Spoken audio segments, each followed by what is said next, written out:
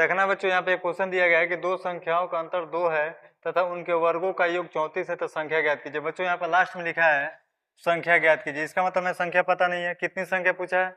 2 संख्या पूछा है, तो हमें 2 ही संख्या निकालना होगा। ठीक है, तो सबसे पहले हम यहाँ पर क्या लिखेंगे? सोल्यूशन।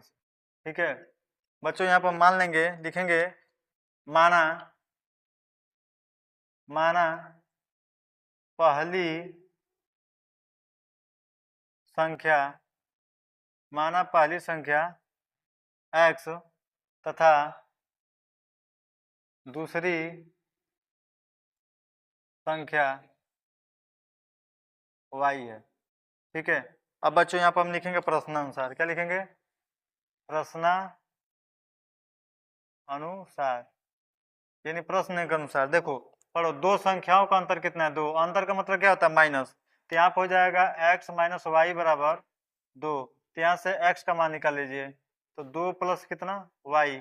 इसको आप बच्चों मान लीजिए समीकरण नंबर कितना? 1। ठीक है, अब फिर से यहाँ पे लिखोगे आप प्रश्नानुसार। प्रश्नानुसार, ठीक है, ध्यान से देखिएगा। बोला है कि उन वर्गों का योग, यानी उन जो दो संख्या दिए हैं इनके वर्गों का योग कितना है? 34 है। तो यहाँ पे लिखोगे x का स्क्वायर प्लस y का स्क्वायर बराबर कितना? 34। ठीक है, आप बच्चों इसको समीकरण नंबर 2 मान लोगे। ठीक है, अब लिखोगे यहाँ पर समीकरण 1 से। क्या लिखोगे? समीकरण 1 से मतलब ये हुआ कि जहां पर x होगा वहां पर 2 प्लस वाई रख के और उसका स्क्वायर करके हल कर लेंगे। ठीक है ना, तो यहाँ पर रखिएगा, तो हो जाएगा 2 प्लस वाई का होल स्क्वायर और वाई का स्क्वायर बराबर कितना? 34। ठीक है, तो इसको a प्लस बी के सूत्र पर तोड़ देंगे, तो हो जाएगा 4 प्लस वाई का स्क्वायर और प्लस 4y और प्लस वाई का स्क्वायर माइनस 34 बराबर कितना? 0। देखो वाई वाई जोड़ो तो 2y का स्क्वायर और प्लस 4y, इसको घटा दो तो 30 बराबर 0।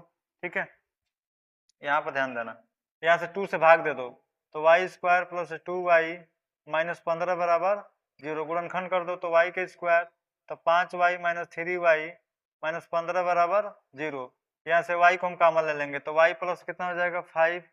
और यहाँ से 3 को कॉमन ले लीजिए तो y प्लस 5 बराबर 0। यहाँ से y प्लस 5 एक ब्रैकेट में और y माइनस 3 बराबर 0 एक ब्रैकेट में, इन दोनों को 0 को बराबर करेंगे तो y प्लस 5 बराबर 0, तो y बराबर माइनस 5 और y माइनस 3 बराबर 0। तो y की वैल्यू कितनी आ गई? 3। तो लिखेंगे अतः y की वैल्यू कितनी आ गई? 3। y की वैल्यू कितनी आ गई? 3। ये माइनस वाले वैल्यू को छोड़कर y को जो मान आया है उसको समीकरण